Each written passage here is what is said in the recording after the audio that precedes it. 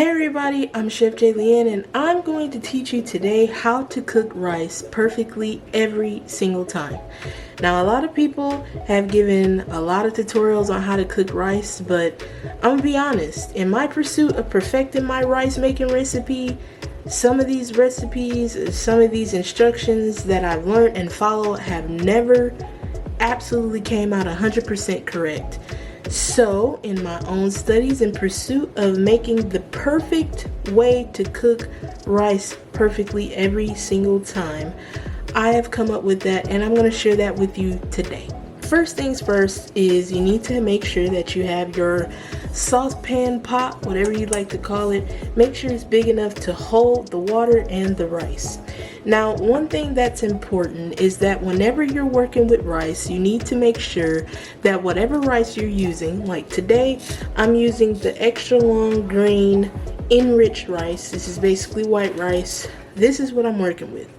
Now, you need to make sure that if you're using basmati or if you're using jasmine, brown, or anything like that, please be mindful that these do not cook the same. So it's important to know that each different grain of rice has a different cooking process. Some rices might take more water, some rices might take less, and some might absolutely require and demand that you wash it, but not all rice is created equal. So be mindful of that when you're making it. Working with rice, you need to, when it comes to white rice, there is a common myth that you have to wash it. Necessarily, you really don't. That's coming from me. You don't technically have to wash white rice. However, you can rinse it. You shouldn't soak it, but you should rinse it. And rinsing it just helps get rid of any of that extra starch so that way you can avoid stickiness. But the recipe that I'm making today just involves plain white rice. I haven't soaked it, I haven't rinsed it, I haven't done anything. I poured it straight out of my bag, measured it, and I'm going to show you how to cook it. This is not soaked, not rinsed. This is dry rice, and it's still going to come out fluffy, perfect, and it will not stick. We need to clear up the ratio. Now, typically, it's always 1 cup of rice to 2 cups of water. At least that's what I thought. But in my own studies, the best way to get a perfect rice is at least 1 cup of rice to 1.5 cups of water. The reason for that is if there's too much water in the rice will get sticky, it won't be fluffy, especially if you're going to use it later for like fried rice or anything like that. So if you're making like a fried rice or you're using it on the side, nobody wants that sticky whatever rice. You want that rice kind of dry, kind of whole, so to speak. You don't want it to be kind of wet and grainy. You want it al dente if you can get it that way. So that's the ratio that I have perfected to find out just how much water is needed to get a fluffy rice all the time. Right now my heat is on. It is on medium high heat. Okay, I mean it's on medium heat, sorry. So you're probably wondering, why do I have olive oil? I'm going to show you. So first I'm going to go with the olive oil, and I just want to cover the bottom of the pot. Now, a good way, if you're not going to measure it, I measure in time. If I don't have my measuring spoons on hand, I try to measure in time.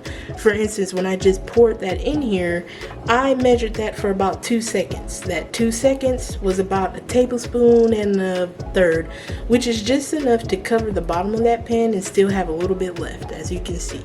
And this is nice and hot because I hear it starting to make little popping sounds. So now I'm going to go ahead and I'm going to add in my rice. Right here, I measured out 2 cups of rice. So if you remember the ratio is 1 cup of rice to every 1.5 cups of water. So I'm using 2 cups, so that means I need 3 cups of water. So first you're going to get it in that oil.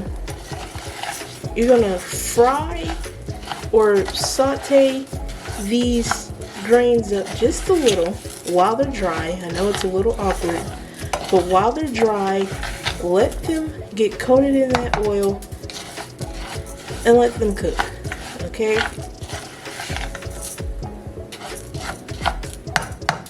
I don't want them to burn, but I do want them to cook just a little. Probably for like a minute, minute and a half. Oops. You want them to cook for like a minute and a half. Now, I wish I could let you hear it. I don't know if you can, but you can hear it sizzling. And I'm just going to stir because I don't want them to brown. I just want them to get a nice little toast. When you're measuring, I must make this very perfectly clear. When you are measuring, I do not want you to measure ingredients. I do not want to see anyone measuring flour or anything dry in a measuring cup that looks like this one. This is designed for fluid ounces, aka liquids. If you're measuring oil, water, honey, anything like that that can be considered a liquid, it goes in here.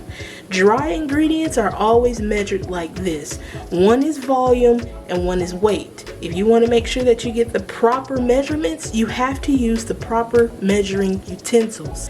So I'm going to go ahead and measure out 3 cups of water. So here's my first 2 cups right here.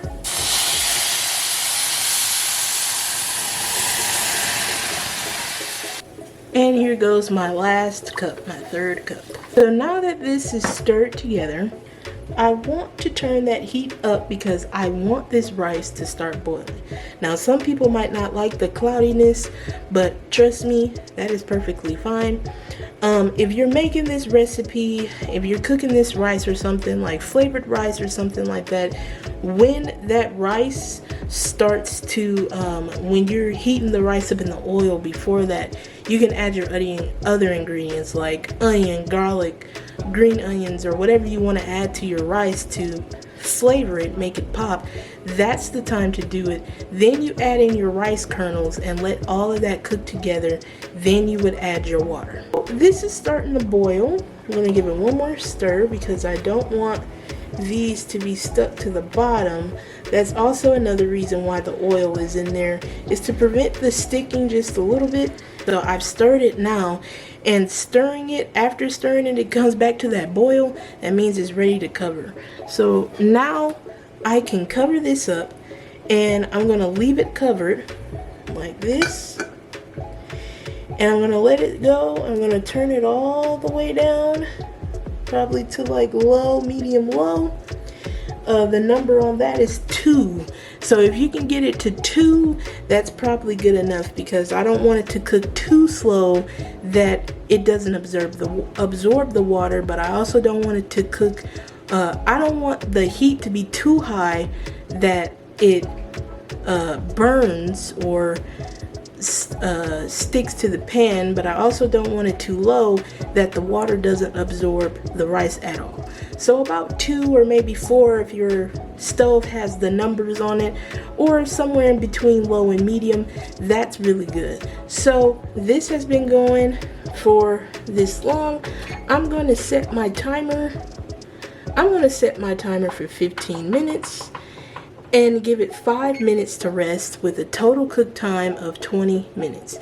And I'll be back with the finished product to let you see just what happens and how perfect it's gonna look. I know it's gonna be perfect. If it doesn't, I'm gonna throw this whole video away and I'll redo it and make it right. But I don't think we have nothing to worry about. So I will see you guys in 15 minutes.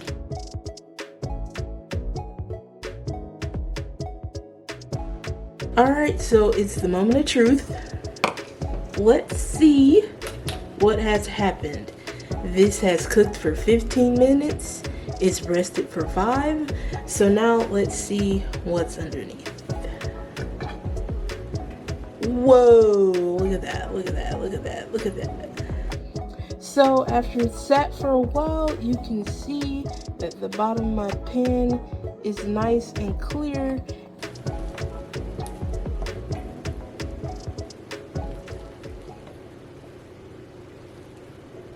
When I put my spoon to it, it doesn't mush together. It's the perfect consistency every time. It'd be great if you sit this overnight. You can make some good fried rice with it.